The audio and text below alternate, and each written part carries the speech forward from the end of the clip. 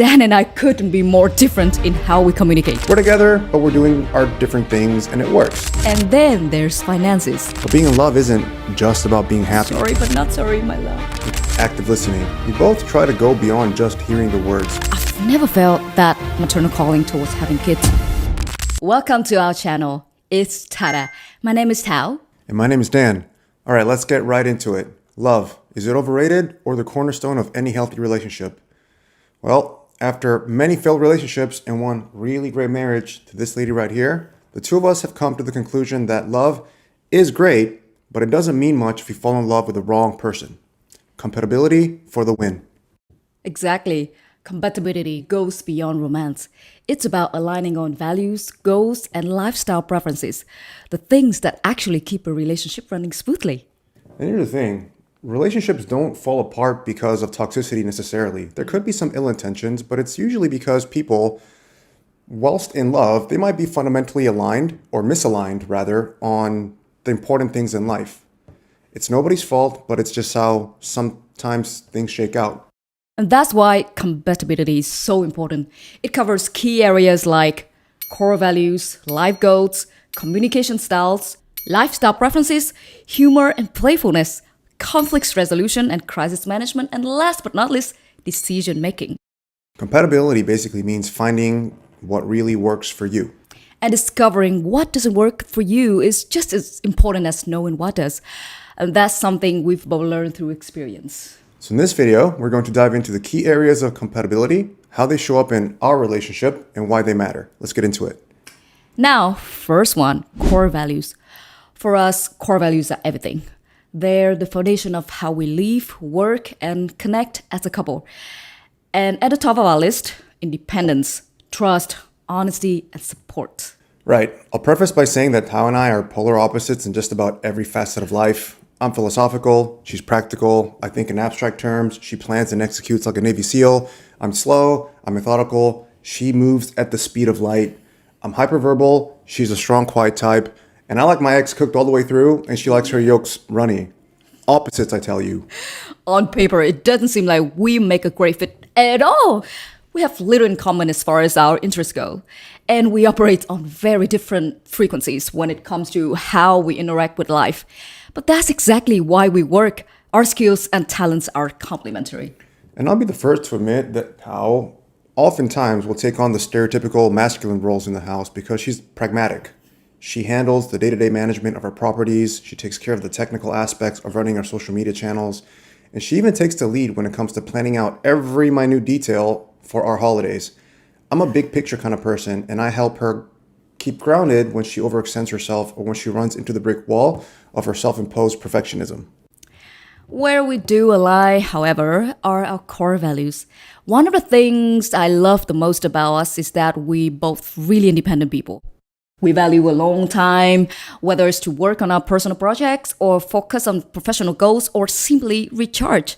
That doesn't mean we don't like spending time together. It's just that we both have a lot of things we want to accomplish. And, well, there's no better time than the present to work on it, right? Exactly.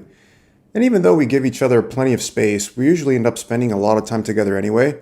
It's very common in our household for us to be in the same room, working on our own different things. She'll be working on hers, I'll be working on mine, we'll be doing our own thing, we just do it together, and we like it that way, it works for us. And that's not to say that the way we do things is the only way to do it. The two of us would find it difficult to build a long-lasting relationship with somebody that places a premium on doing things as a couple, and likewise, we wouldn't be able to fulfill their emotional needs.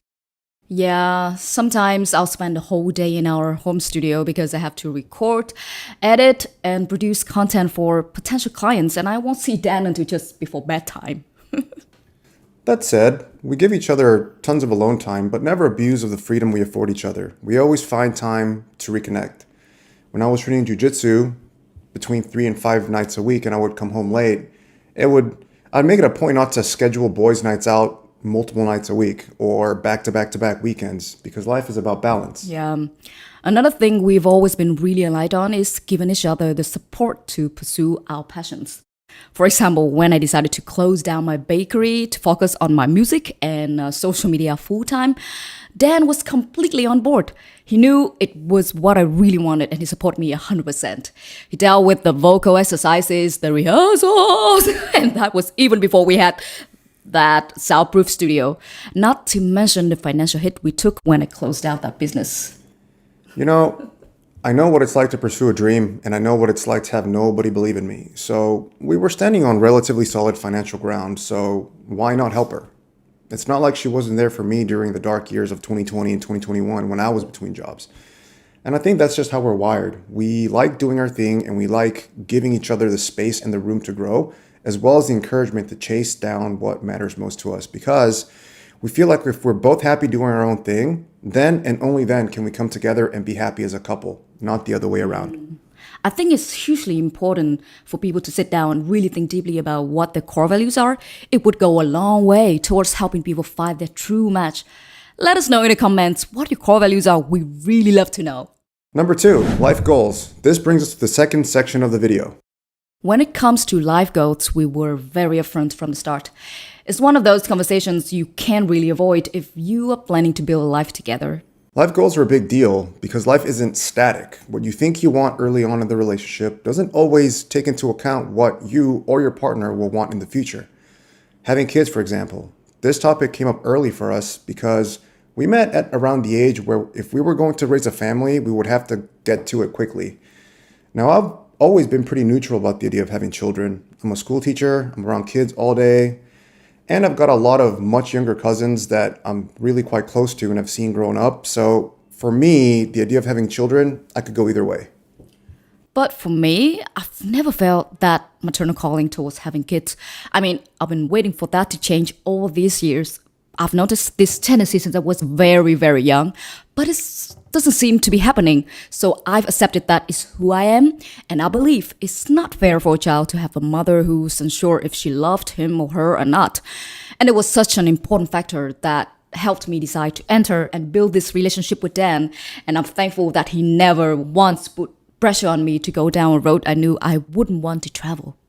And that would have just been the beginning of other discussions. We would have had to chosen disciplinary styles. We would have had to thought about budgeting for international schooling. We would have had to debate about which extracurriculars to pursue or assigning a primary language to the household. We would probably also have had cross-cultural clashes with our in-laws as far as how to best raise a child. And these are all huge things that really should be discussed relatively early on, we feel. Yeah, we touched on this in the previous part of the video, but another big lifestyle factor that we have in common is that we're both very driven and we don't really prioritize work-life balance. We go out on the weekends for a nice dinner or for brunch, but we rarely plan extravagant dates, weekends away, staycations, or big parties for birthday or anniversaries. The truth is that we rather stay at home and work on our projects. For some people, that might just seem cold or sterile, but it works for us. We celebrate in our own quiet, simple ways. Like I said earlier, it was important for us to be with somebody that understood and shared this lifestyle preference because we're well aware of the fact that in a different context, we may come across as neglectful, uncaring, or uninterested. Where things have fallen apart for us in the past is trying to make things work with somebody whose lifestyle needs could not be reconciled with our own. Let us know in the comments if this has ever happened to you. Yeah, I think that people tend to get in trouble when they expect their special person to want to change their entire outlook on life when they're not willing to change theirs. I'm not saying that it's impossible to make it work, but it will take a lot of active listening and mutual understanding to bridge the gap between social butterflies and hardcore introverts or overachievers and the you only live once free spirit types. 100%. Another big lifestyle factor that we were on the same page on was to live in the city. We both love the convenience of city life and feel right at home living in our little apartment. That being said, we do have a shared dream of one day getting a couple of Labrador puppies to take care of, which isn't super apartment friendly, but we'll cross that bridge if and when we ever get to it. And then there's finances. We're completely on the same page here. We have our own bank accounts, we split living expenses, and we pretty much buy what we want, when we want. Dan over here likes his watches and handmade shoes.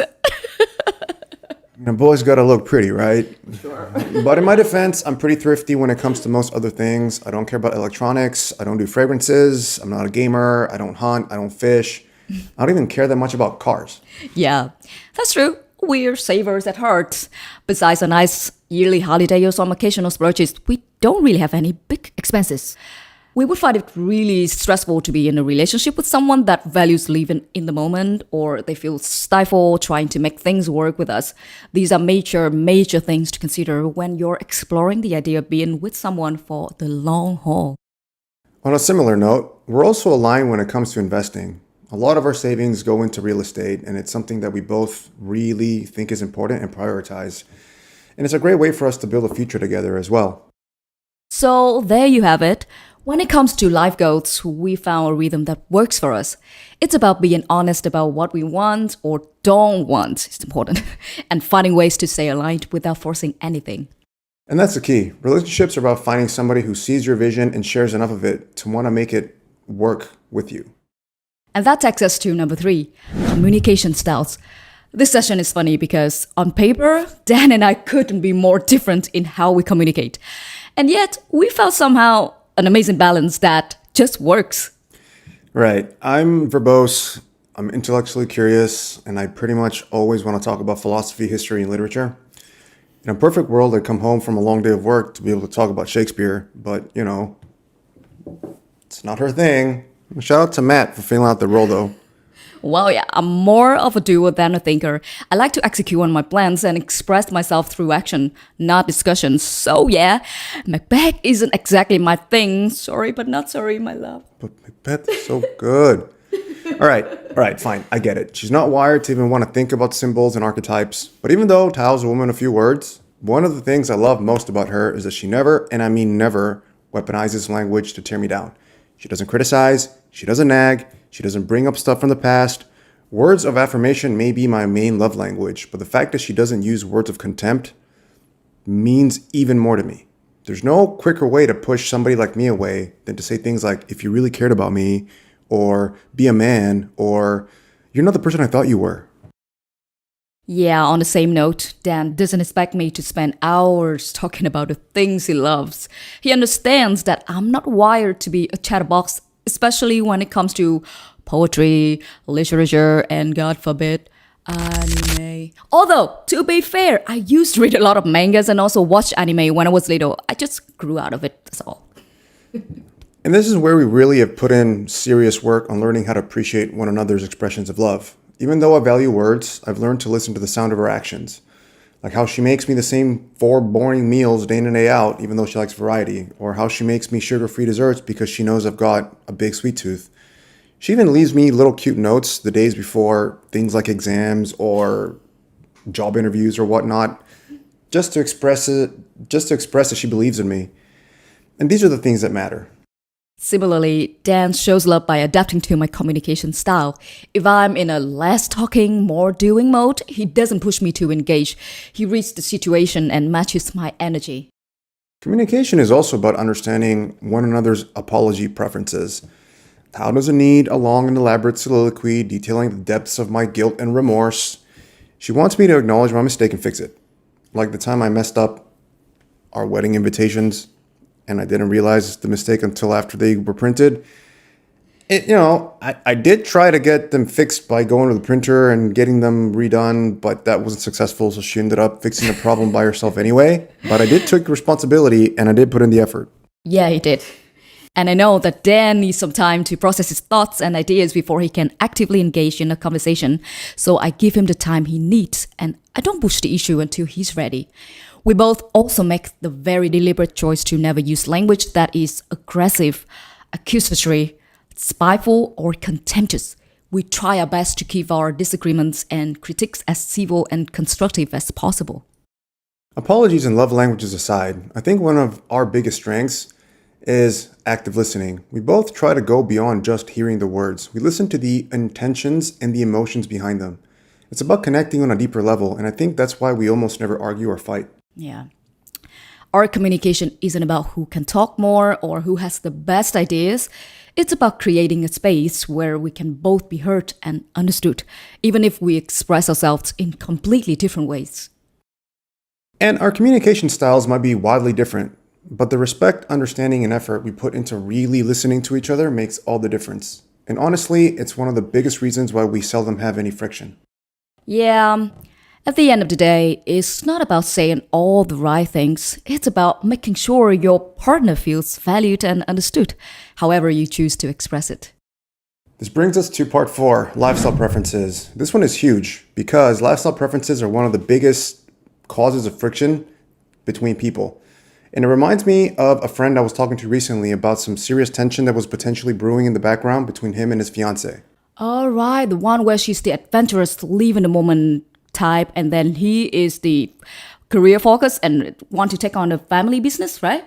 Yeah, so they're in their mid-20s and she wants to spend the rest of their youth, so to speak, making memories while he's thinking about the future, building wealth, supporting their family, and giving his parents a chance to retire.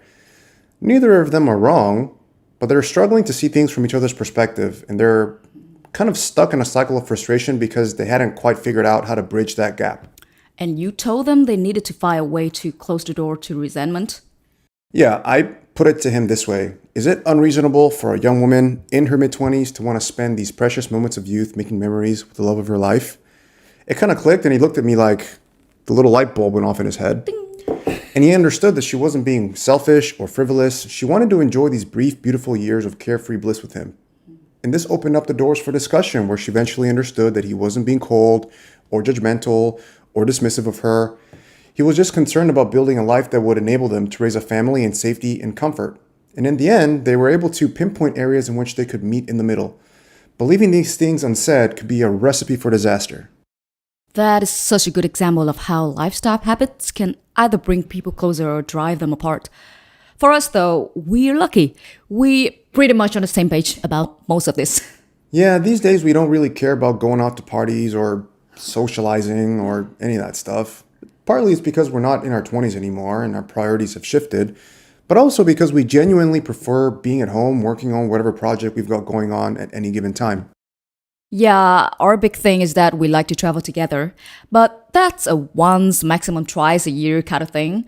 That's when we let loose and enjoy. Even though we are extremely different in a lot of ways, the general lifestyle we want to live is almost identical.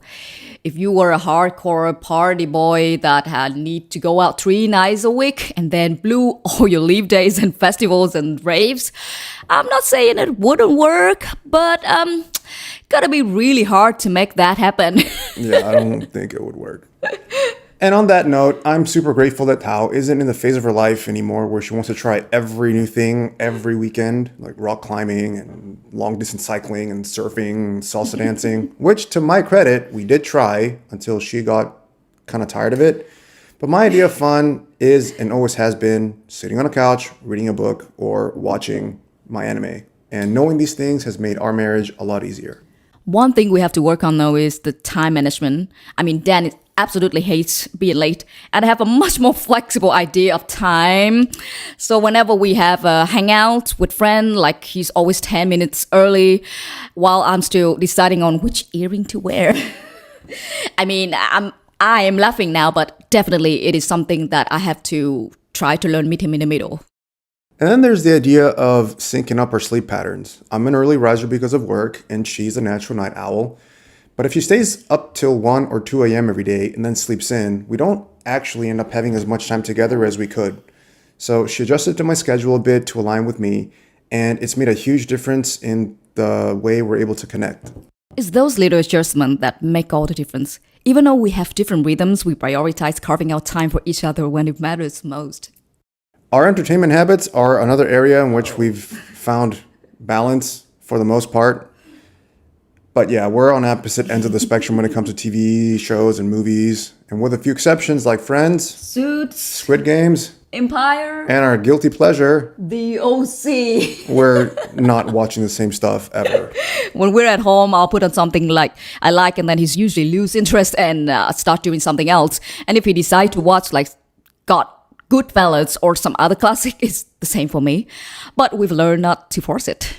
Exactly. If she's watching Outlander or The 100, I'll grab my iPad and read a manga. And if I'm watching The Punisher or an anime that I'm into, she'll usually use that time to edit her videos for her social media. We're together, but we're doing our different things and it works. There's no pressure. It's nice. And when there's a movie we both want to see, we make it a thing and we go to the cinema. But for the most part, we don't feel the need to do everything together. That freedom to enjoy our own interests has been so important for maintaining our harmony. So that's lifestyle preferences. It could be a huge source of tension between couples, or it could be the glue that holds everything together. And I get that. It's only natural to want to share the things that you love with the people that you love, but it's also okay that they're not into those things. Yeah. For us, it's all about balance, and we do our own thing when we need to, but we're always in sync when it counts. And that takes us to number 5, humor and playfulness.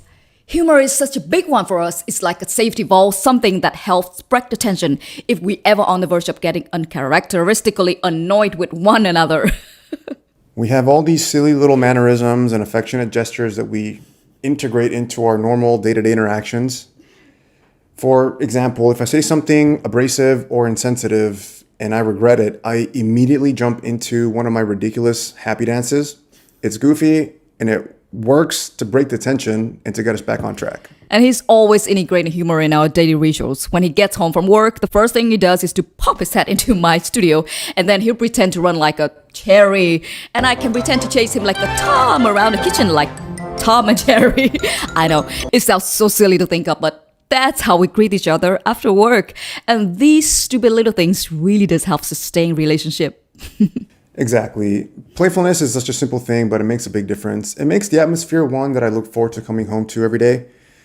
There have been many times in my life where I would come back to a household pulsating with negative, hateful energy. And that's not something that happens overnight. That's the accumulation of 100,000 angry conversations that have been left unsaid and that have distilled into a hellscape of bitterness and resentment. And I've made it a point to do everything that I possibly can to avoid that. I want to come home to a household that is fun and lighthearted.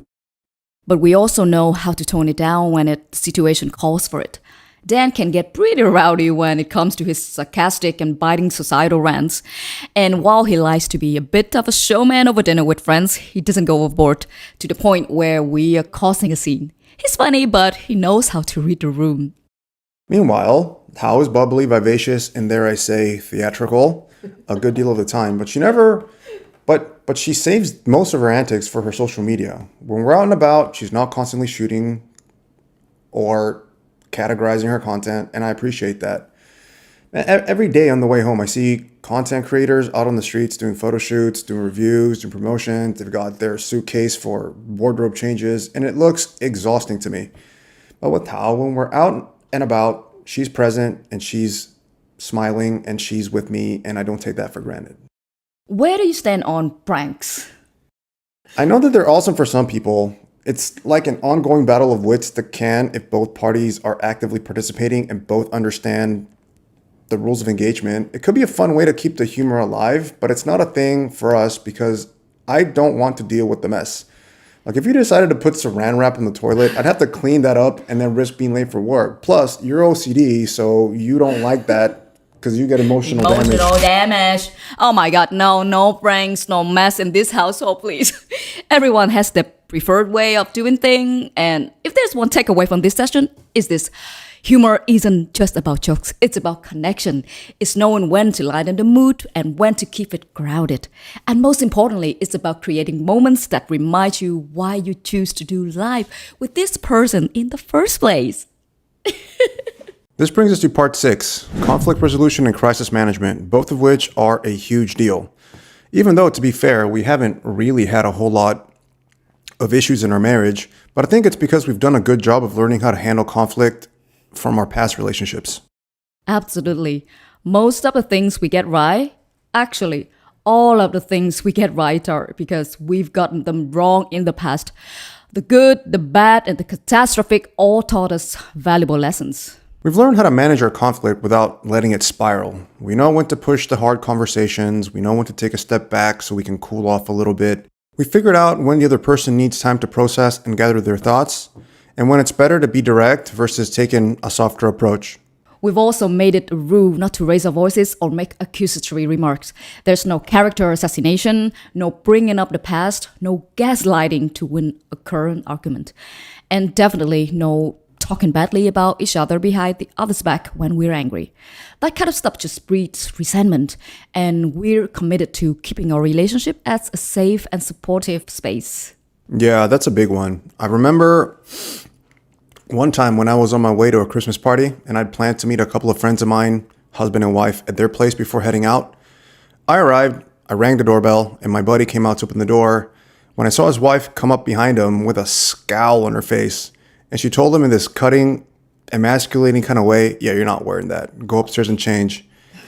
It's one thing to say something along the lines of, "Hey, babe, I wanted to wear this outfit, and I'd like us to color coordinate." It's another one to talk to your husband like he's a child in front of his friends.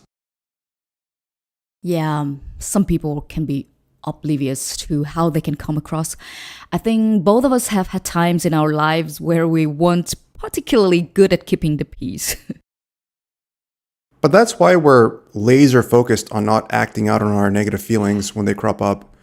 I very much the kind of person that will clench his fists and violently roll his eyes and throw out a sarcastic comment or two sort of made to hurt you. But I've learned over the years that even though I might not be in the wrong, that kind of behavior doesn't bring us any closer together. It sets the stage for anger and resentment and bitterness and a lot of other junk. I have actually noticed that you calmed down quite a lot over the years. Dan never really aimed his anger towards me, but he has had a track record of being fairly hot-headed. I appreciate the fact that he does everything that he can to keep it from getting the better of him. I think it's important to build self-control. Without it, things can spiral really fast. But beyond that, it's not just about learning how to keep the peace at home. It's also about having the hard conversations about things that haven't even happened yet. In our case, we've talked about what to do if our parents, God forbid, could no longer take care of themselves. It's not a topic that anybody wants to talk about, but being in love isn't just about being happy. Life is going to bring unimaginable hardship, and relationships are only as strong as the link of commitment, communication, and connection allow them to be. It's really about teamwork. And to be a team, you have to put in the work. The hard conversations, the compromises, the day-to-day support are what make a relationship thrive, even in the face of adversity. And it's because we're so aligned on the big stuff that the seas of our marriage are pretty tranquil. But that doesn't mean that it's always been smooth sailing. External forces like financial strain have definitely tested us. Especially during the period between 2020 and 2022. Like so many others, we weren't always on secure financial footing during that time, and our investment took a pretty big hit. But we talked it out, made plans together, and we weathered the storm together. I'd definitely say that Tao, between the two of us, is the more solution-oriented one. If anything goes wrong, she immediately starts looking for pragmatic ways to move past the problem. And Dan takes on the role of the emotional anchor. He keeps us from panicking and helps me remember that even the hardest times are temporary. That balance has been so important for us. It's about working together as a team. When you know how to manage conflict, when you know how to talk, when you know how to listen, and when you know how to support each other, you can get through just about anything. And honestly, I think that the challenges we've faced have brought us closer together. Exactly. Crisis management isn't about avoiding problems. It's about how you handle them together. And when you approach tough times with patience, communication, and mutual respect, you come out of them even closer than before. That brings us to the last point of the day, decision making. This one is pretty easy for us because we're polar opposites in how we approach decisions. You might have gathered that she's meticulous, research-driven, a little OCD when it comes to spreadsheets. She'll research, she'll investigate, she'll triple check her findings, she'll consult with experts, she'll create plans, build contingencies, and then she's got contingencies for her contingencies, like the Batman.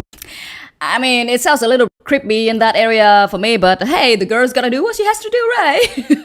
And it's not just for big decisions, like the projected real estate values of the apartments we're looking to buy. It's for everything, like finding the most efficient travel pass for Japan or snacking the best deals on Airbnb. I love digging into the data and making sure we are as prepared as possible. Yeah, I'm not quite so data-driven, so it's harder for me to think strategically when it comes to practical aspects of life. But I do tend to focus more on the big picture side of things and on the creative stuff, which is where Tao steps in to balance me out. And I'm happy to let her take on that role. And I make it to a point to share the information I find with Dan so he can combine it with his own insights. That way, we are making decisions as a unit. It's not just one of us calling the shots, it's a team effort. It's the same kind of dynamic that we employ when we set up for YouTube. She takes care of all the logistics. She set up the channel, she got the equipment, she organized the studio, she makes sure that the lighting works. And Dan handles the creative side, researching our niche, ideating concepts, writing, editing scripts, and everything else that goes into making our content engaging. I mean, hopefully it's engaging. But what we're trying to get to is that all of this works because we know our strengths and our limitations and we play to them. She's got an incredible attention to detail that I don't have, so she makes sure that we're always prepared, and I try to bring the creative energy to ensure that our vision comes to life. And that is the key. We leverage our skill sets to work together as a team. It's not about doing everything yourself or trying to be someone you're not. It's about trusting your partner to bring their strengths to the table and respecting what they do best. So, those are the 7 areas of compatibility we believe are key to a strong and lasting relationship. It's about aligning your core values, your life goals, your communication styles, your lifestyle preferences, humor and playfulness, your conflict resolution and crisis management, as well as your decision making. It's not about being agreeing on everything. It's about respecting one another's differences, leveraging each other's strengths, and working as a team to build something that lasts.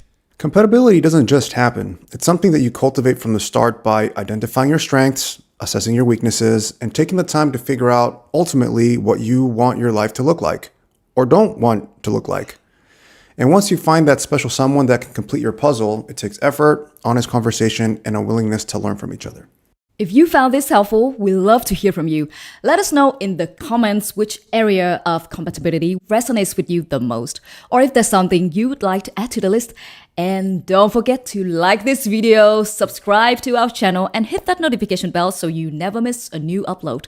We'll be sharing more about relationships, personal growth, and navigating life together. Thanks so much for watching. Until next time. See you in the next video. Ta-da out! Ding!